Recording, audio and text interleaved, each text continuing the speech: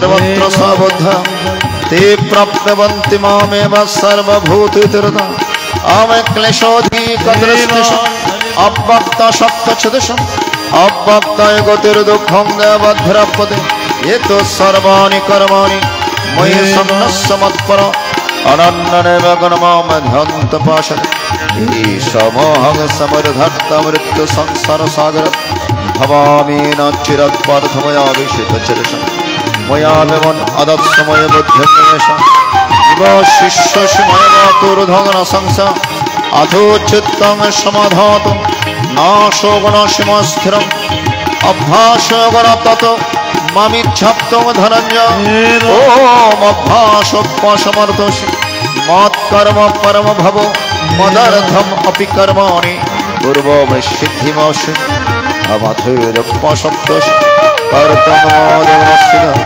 सर्वकर्म फलत्यागं ततोभूतत्वम् अमश्रुहि जनाभ्यासं जनाधनं विशिष्यते ध्यानत्कर्म फलत्यागस्य गच्छन्त्यनन्तरम् ओम अत्यष्ट सर्वभूतनं मैत्रकरुणेव च निर्मम निरहंकार समदुःख सुखस्मि अवसन्तुष्टो सततं योगे यातात्मदृढनिश्चयः मयार्पितमन बुद्धिमत्तसमप्यस्मन्नोद्दिजते लोकन्न द्विजते स हर्षमर्ष भयोदयोर्मुक्तिः समप्रिय आवणे प्रक्षशुचिर्दक्ष उदासीन गतव्यथ सर्वारम्भ परित्यागे मद्भक्तः अमी अनरिष्योति न दृष्टि न शुशोति न काङ्क्षति शुभ अशुभ परित्यागे भक्तिमान् समप्रिय समः शत्रु समित्रे च तथा मानप्रमाण शीतोष्ण सुखदुःखेषु समसंग विवर्जित आमतुल्यनिन्दा स्तुतिर्मयि सन्तुष्टेन कनचित् अनेकत स्थिरमतिर्भक्तिमान् मे प्रियः अमेतो धर्मामृतमिदं याथोक्तं परिभाषते श्रद्धानमत्परम भक्तस्ते अतिमप्रिय ओम नमो भगवते वासुदेवाय राधे राधे गोविंद गोपाल राधे राधे राधे गोविंद गोपाल राधे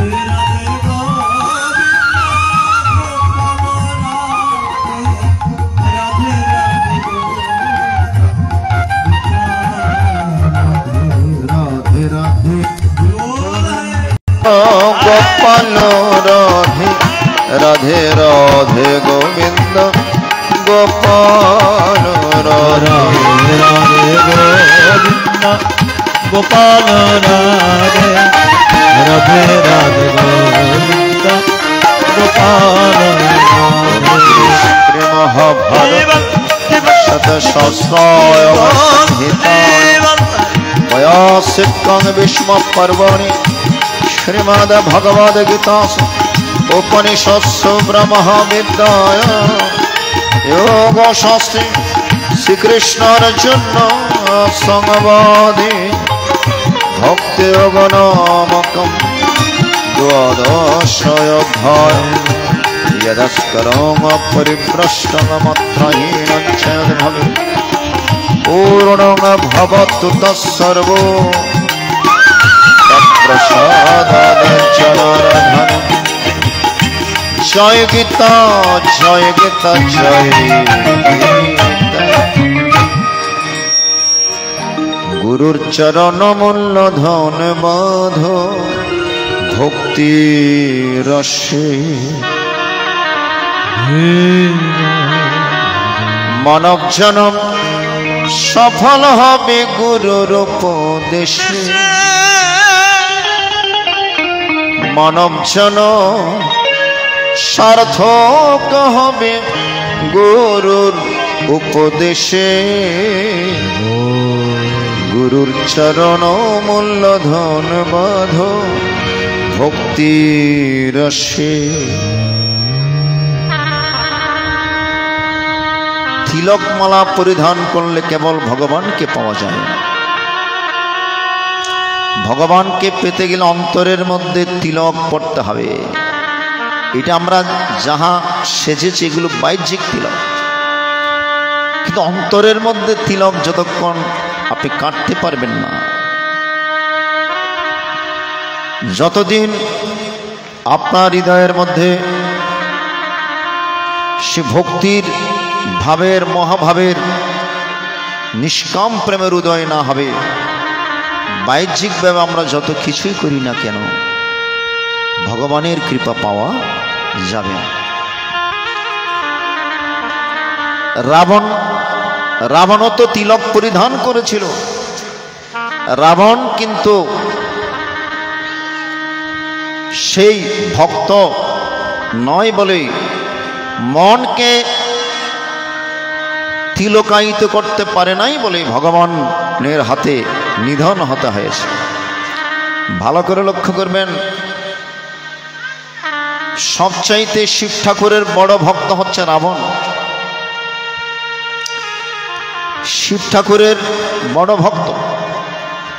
একদিন সবাই কৈলাসে শিব ঠাকুরকে দর্শন করার জন্য লাইন ধরেছেন ভক্তরা।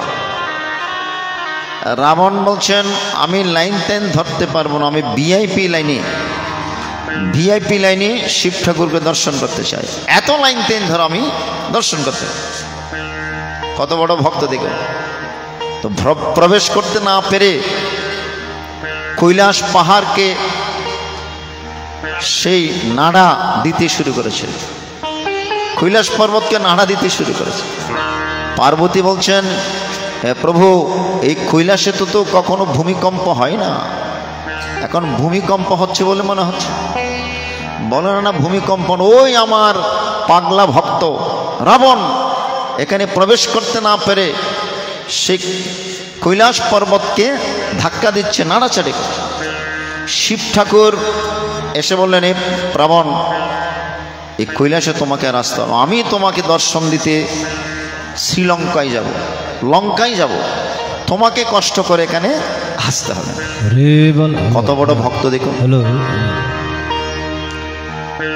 সেই রকম ভক্তকেও ভগবান এসে বধ করতে হয়েছে, কিন্তু তার মনের মধ্যে কুটিলতা, অহংকার সীতা মাকে পর্যন্ত হরণ করেছে।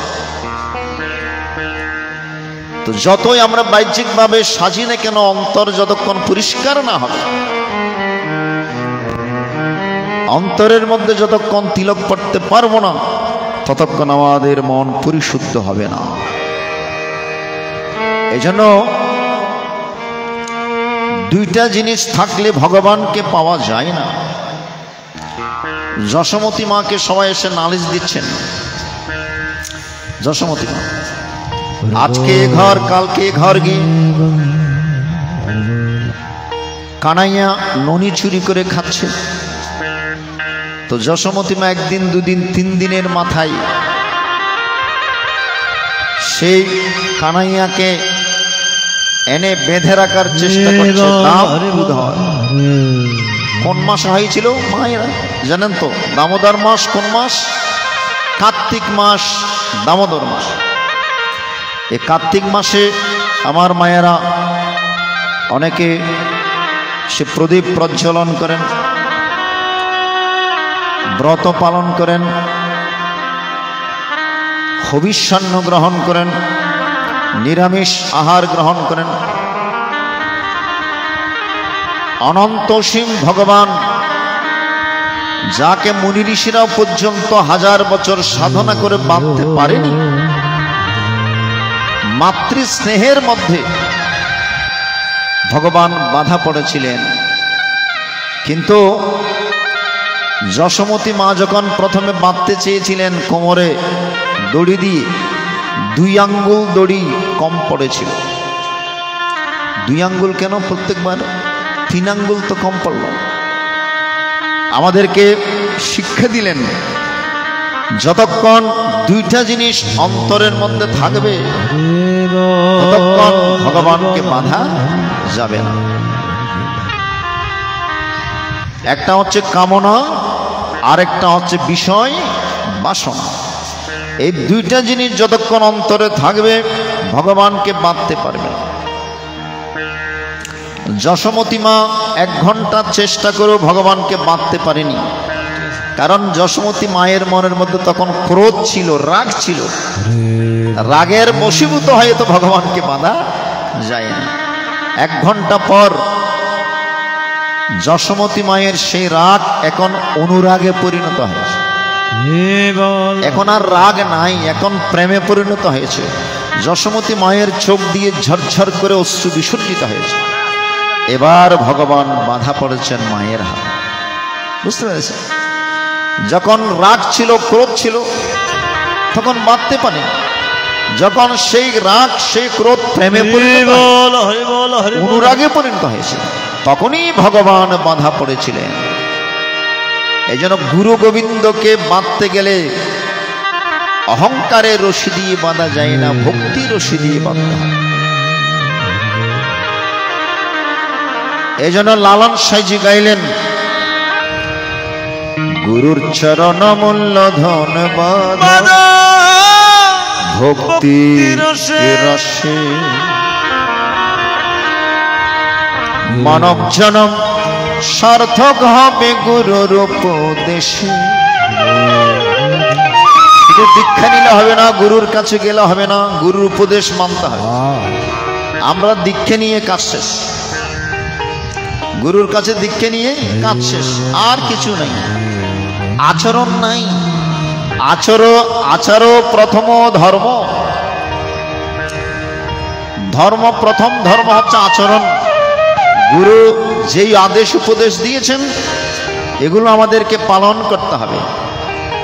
যে উপাসনা প্রার্থনা দিয়েছেন সকাল সন্ধ্যা এগুলো আমাদের করতে হবে, তবেই দীক্ষা নেওয়া সার্থক হবে, তবে আমাদের মানব জীবন সার্থক হবে।